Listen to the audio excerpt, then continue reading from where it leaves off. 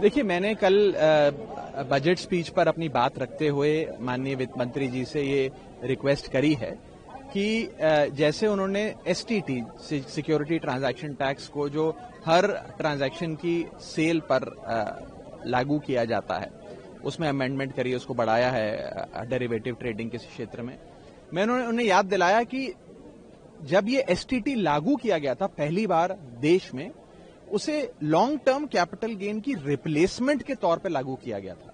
मतलब long term capital gain tax equities पर शून्य था और एसटीटी को लाकर एक ट्रांजैक्शन पर छोटा सा टैक्स लगाया गया हर खरीद बेच पर।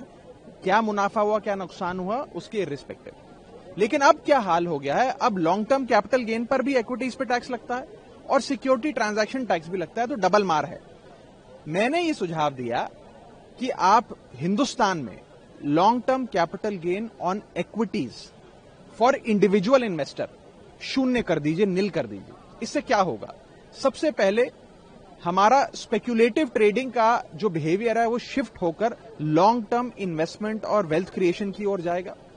जो पैसा आज गोल्ड या रियल एस्टेट जैसे नॉन प्रोडक्टिव एसेट्स में इन्वेस्ट हो रहा है, वो वहां से निकलकर भारत के बाजार में आएगा, बाजार और मजबूत होगा और मिडिल क्लास के लिए वेल्थ क्रिएशन होगी।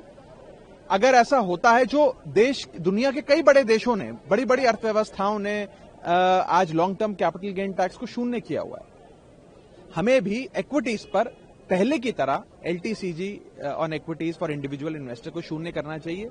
वो एक मार्केट में भी एक अच्छा मैसेज जाएगा और खास तौर पे जो देश का मिडिल क्लास वर्ग है उसे बहुत राहत मिलेगी, उसे सेविंग, इन्वेस्टमेंट और वेल्थ क्रिएशन के लिए एक बेहतरीन इंसेंटिव मिलेगा।